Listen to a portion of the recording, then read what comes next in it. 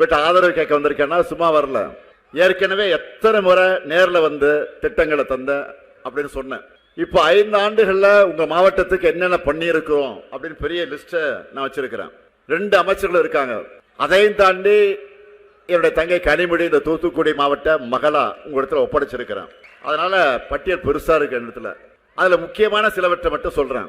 தென் தமிழ்நாட்டின் முதல் டைடல் பூங்காவை தூத்துக்குடியில மேலவிட்டான்ல திறந்து வச்சிருக்கிறேன். சிலானத்த சிப்காட்ல வின்பாஸ்ட் மின்வாகன தொழிற்சாலை புரிந்துணர்வு போட்ட 18 மாசத்திலேயே உற்பத்தியை தொடங்கியாச்சு. அப்படி ஒரு ஸ்பீடு, அப்படி ஒரு வேகம்.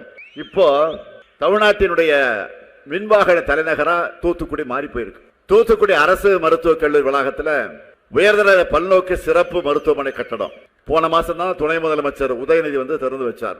திருச்செந்தூர் அரசு மருத்துவமனையில் மகப்பேறு மற்றும் குழந்தைகள் பிரிவு, விபத்து மற்றும் அவசர சிகிச்சை பிரிவு கட்டடங்கள்.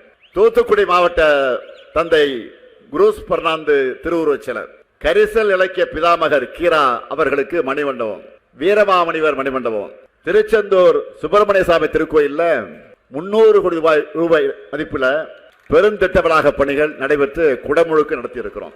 நமது அரசும் நம்முடைய தூத்துக்குடி எம்பி சகோதரி தங்கை கனிமொழி தொடர் முயற்சி செஞ்சு தூத்துக்குடி வாகை குளத்துல விமான நிலையம் விரிவாக்கம் செய்யப்பட்டு இரவு நேர விமான சேவை தொடங்கி இருக்கு. அதனால இப்ப இந்த கூட்டத்தை முடிச்சு நைட் அதெல்லாம் போறேன்.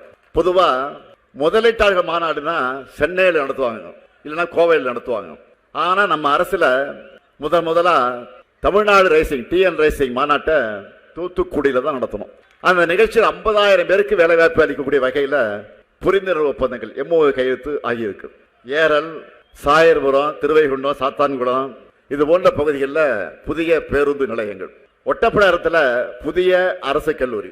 வீடுதோறும் அரசு சேவைகள், மருத்துவம் தொடர்ந்திட ஸ்டாலின் தொடரட்டும், தமிழ்நாடு வெல்லட்டும்.